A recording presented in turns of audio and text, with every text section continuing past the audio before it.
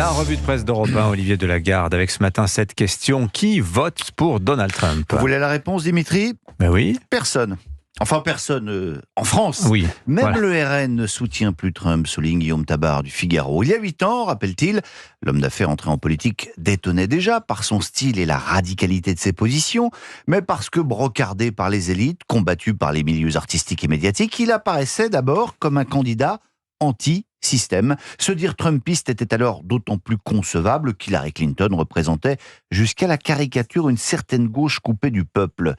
Mais le Trump de 2024 n'est plus celui de 2016, poursuit-il. Entre-temps, il y a eu la marche sur le Capitole. Et autant il y a 8 ans, la filiation avec Trump pouvait tirer le RN vers le haut, autant aujourd'hui, elle le tire vers le bas. Donc non, en France, personne ne soutient Trump, sauf que les États-Unis ne sont pas la France. Et pour comprendre pourquoi il a en fait de fortes chances de l'emporter la nuit prochaine, il faut lire le portrait que brosse de lui Adrien Jaulm dans le même Figaro.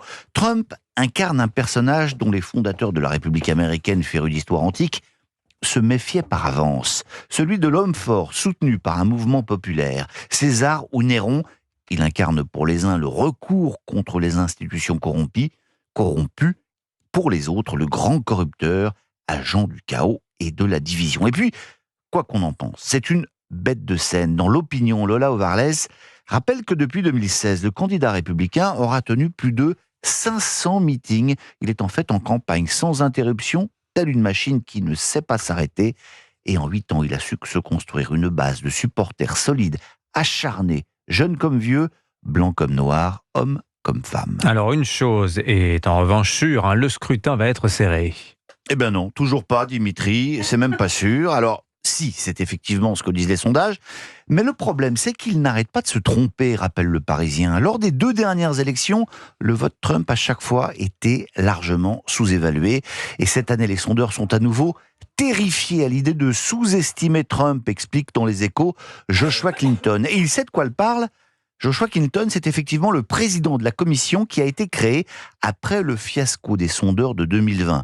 En fait, le scrutin pourrait même être moins serré qu'on ne le dit. Et le problème, c'est que dans ce cas, certains pourraient y voir la preuve d'une fraude électorale. En fait, conclut-il, faire un sondage aux États-Unis aujourd'hui se rapproche plus d'un art que d'une science, ce qui n'est pas complètement rassurant dans un pays où l'on adore l'impressionnisme. Bon, mais nous allons clore ce chapitre américain avec un autre artiste, l'un des grands supporters de Kamala Harris d'ailleurs. Le problème, c'est qu'il ne votera pas pour elle aujourd'hui. Pourquoi, me direz-vous? Eh bien parce qu'il est mort hier. Bon alors, tout le monde connaît cette pochade musicale qui date de 1962, mais Quincy Jones, c'est de lui dont il s'agit.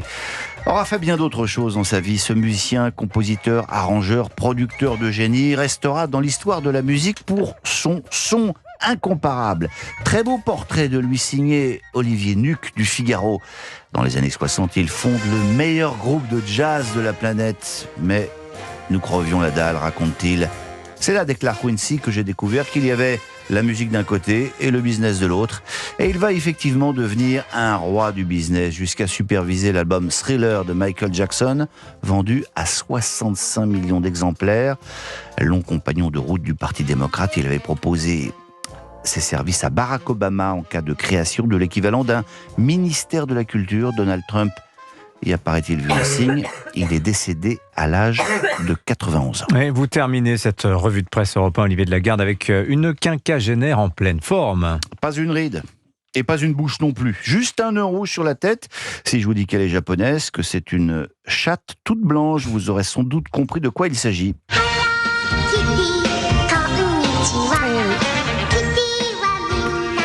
C'est Hello Kitty. Hello Kitty, Anissa. Et si les Échos lui consacrent une pleine page ce matin, c'est que certes, elle célèbre ses 50 ans, mais surtout que cette icône kawaii vaut 90 milliards de dollars. Elle se décline, tenez-vous bien, sur près de 50 000 produits différents. C'est une franchise plus rentable que celle de Mickey ou Star Wars, souligne Yann Rousseau, le correspondant du journal à Tokyo. Alors, pourquoi ce succès, me direz-vous? Eh bien, il est lié à ce design très simple, sans véritable expression, où chacun peut projeter ses propres interprétations, analyse un expert.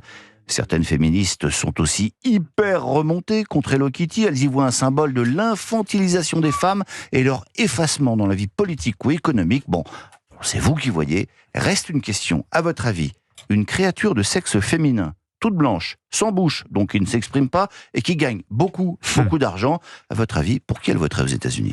Pas facile, hein. Signature Europe 1, Olivier Delagarde, à votre revue de presse. Merci beaucoup, mon cher Olivier.